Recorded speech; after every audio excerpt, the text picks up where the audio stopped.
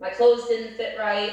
We would get a chicken on Sunday, because if you don't know, at the grocery store, protein is cheaper on Sundays, right? And then you can make, like, anyone relate to this? You can make chicken fried rice, you can make sweet and sour chicken, you can make cream of chicken. Come on now, y'all. Thank you, Belinda, for raising your hand, and Kaylin. All right, there we go, Dana, Elise. All right, y'all know. Okay, thank you, my people, right? But I had 3 siblings, too. So we weren't eating right. I was made fun of because I looked weird, everything. It was a mess. Then 9 years old, I sent my dad to jail. I saw a domestic violence situation many times in my home, but that was the final straw. And then I had to become the leader because I love my mother. Tony Robbins taught me how to GoPro. Thank you for having GoPro. I had all this animosity towards my mother because she was one of those people who probably shouldn't be a mom, but I love her for giving me life. And sent my dad to jail. Had to be the leader of the household. Way too young. And it was a mess. My Nana and Granddad raised me. I told y'all this morning, right? Nana came in. Thank God. I'm named after her, by the way. Thank Jessie. And it was not good. My childhood was not good. And the only reason I went to college was because I had a full academic ride, because I was smart, because Nana said you gotta read books, because we couldn't afford to go on field trips, so I sat in the what is it called? Where do you eat lunch? Lunchroom, whatever. You know what I'm trying to say. Cafeteria. Sat in the cafeteria because I couldn't pay the $10 to go on a field trip. So I'd read, and I would learn, and I would develop, and I would grow. So a love of learning was instilled in me from a very young age because of her. So fast forward, I go to college, full academic ride, 4.0, top of my class, everyone's proud of me. I get a job in a pathology lab as a research assistant.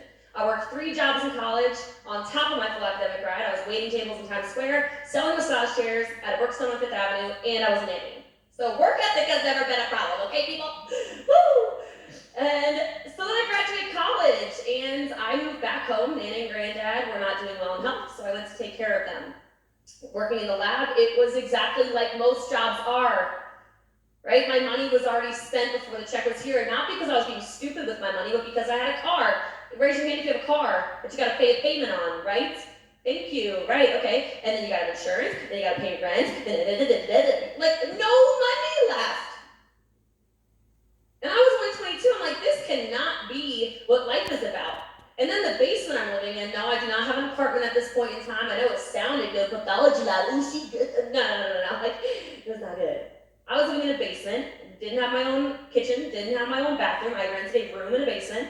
And the person whose basement I was living in said, okay, so we're gonna need an extra $300 a month if you wanna stay living here, and it's gonna be, it's due by the first of the month. And I went, oh no, see, that's a problem because I have a job. Like, my job does not pay me more money. So they literally looked me dead in the eye. They said, well, then you need to start one of those at-home business things. I said, what? Like, what? Yeah, no. That introduced me to Google because none of you talked to me. I told you this morning, K through 12, I sat alone. I told you I never fit in. I was always louder or weird or strange or whatever, until network marketing. I wasn't the cool kid. I'm still not the cool kid. Just me, right? And so I Googled at-home businesses that make the most money, which ironically in 2020, how to make money from home is like the most Googled thing. People are out there recruiting themselves. You've got to put yourself out there. Thank you, Jackie Sharp, for nodding so crazy over there to that, right? Like, I say that to you because I got in and I went fast. My sponsor also quit. Took her a month though, okay? She held up for a butt. But my sponsor quit pretty much right away. I spent 4.5 years in a party plan company, was introduced to network marketing. Did not really know much about that. I was a 6-figure earner in party plan, and I realized that there was definitely a ceiling there for me. And then in my first network marketing company, somebody said, you gotta go to the 6-figure summit. I went, all right, what's the cost? Yeah. Like how many of you when you're applying said you gotta go to GoPro, you're like, all right, what's that ticket gonna cost me? Come on now, let's be honest. Who was, all right, Dorothy Sutton, thank you. August Easley, like, yeah, I was like, what's that gonna cost? So I find out it's gonna be $750. I'm gonna meet some man named Eric Worre. I did not know who that is, okay? I do not know. I did my own lane over here to my thing, right? I don't know if I know Eric Worre, man. Well, I get there, and I've always been coachable. I want to learn. I sit in this room, and this man has the audacity. Okay, why you do this to me? Oh, love it. This is the best story ever. How many of you yesterday, when he said, raise your hand if you're a six-figure earner, looked around your screen? Did anyone do that yesterday? Well, first of all, raise your hand if you're a six-figure a year earner. I'm just curious from what I see with my eyeballs right now. See, there's quite a few of you. Lots of you. All right, Jackie Plunkett and Mariola is a six-figure earner, and Evangeline and Carmelia. Yeah, my eyes are so good. I was like, oh, let me stand up for that one. That's me. Yeah. Okay, and then it got really depressing really fast because he said, stay standing if you're making 250, stay standing if you're making 500, stay standing if you're making 750, stay standing. I was sitting next to you, by the way. I still remember this conversation because we both stood at 250 like we were awesome. We sucked. So, anyway, I'm looking around at $1 million because he goes, stay standing if you're making $1 million a year.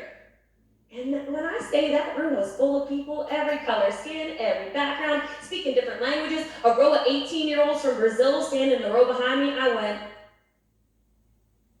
you bamboozled me, right? He immediately, this is the first 5 minutes, y'all. I'm like, wait a minute, there are some children standing behind me right now making $1 million a year.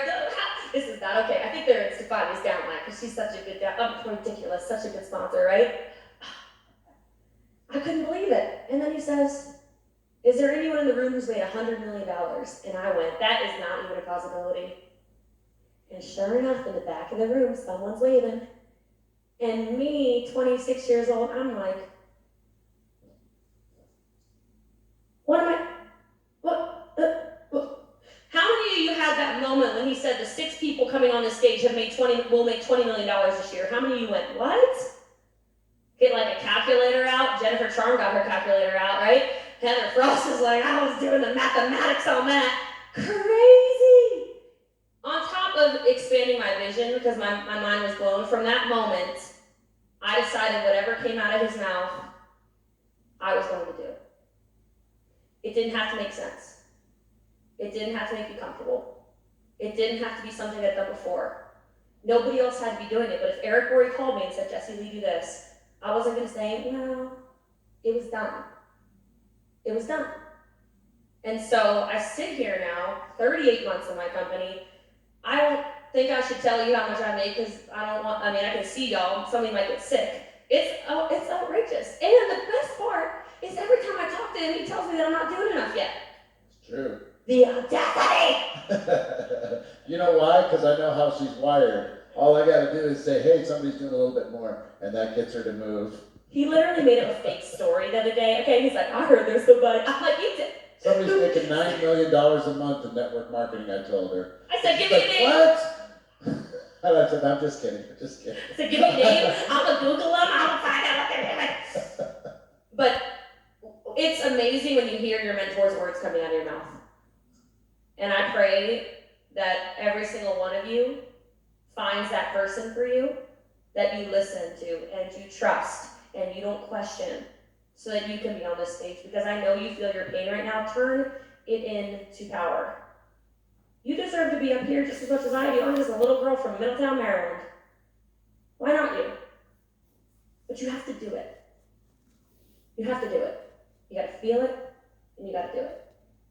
Give her a big round of applause, everybody.